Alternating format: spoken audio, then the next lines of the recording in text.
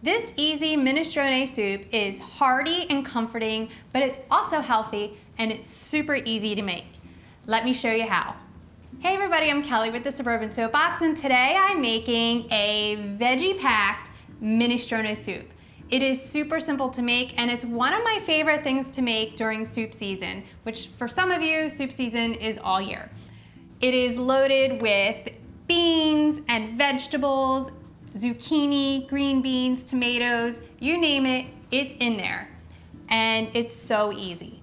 So now we're gonna move to the stove and get started. To start your soup, you're going to heat the olive oil and the butter in a large stock pot. We're just gonna heat this over medium-high heat. Once your butter's melted and you see the olive oil shimmering a little bit, add the onion, carrot, celery, and zucchini. Just give it a quick stir and cook it for about 4 to 5 minutes, just until it begins to soften. Next, stir in the garlic and cook that for about 1 minute. Once it smells fragrant, we're going to stir in the tomato paste and the Italian seasoning. Continue cooking for another minute. Add the green beans, the kidney beans, the cannellini beans, and stir it all to combine. Continue cooking for about 3 to 4 minutes. Next, stir in the tomatoes, the onion powder, garlic powder, thyme, parsley, Worcestershire sauce, and the vinegar and stock. You're gonna bring that mixture to a boil and then turn the heat to low. Stir in your pasta and then simmer for 8 to 10 minutes just until your pasta is al dente. Season with salt and pepper to taste, and then you can enjoy.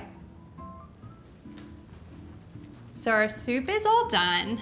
I'm just going to serve up some. And I'm gonna add a little bit of grated Parmesan cheese, you know, because cheese is great on everything. Look at all those vegetables. Beans. And you can actually add like anything seasonal. So zucchini, I don't think zucchini is like traditionally in minestrone, but I put it in there because I like it.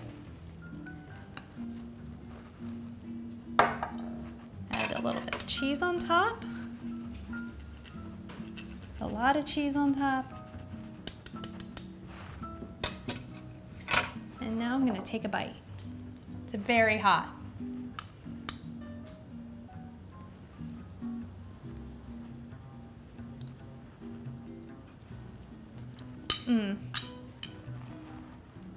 That is so good.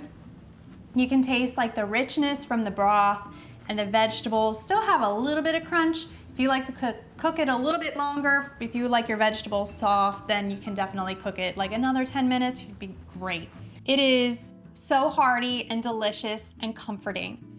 If you like this recipe, please be sure to give me a thumbs up and subscribe to our channel. For more easy recipes, visit thesuburbansoapbox.com. Thanks again.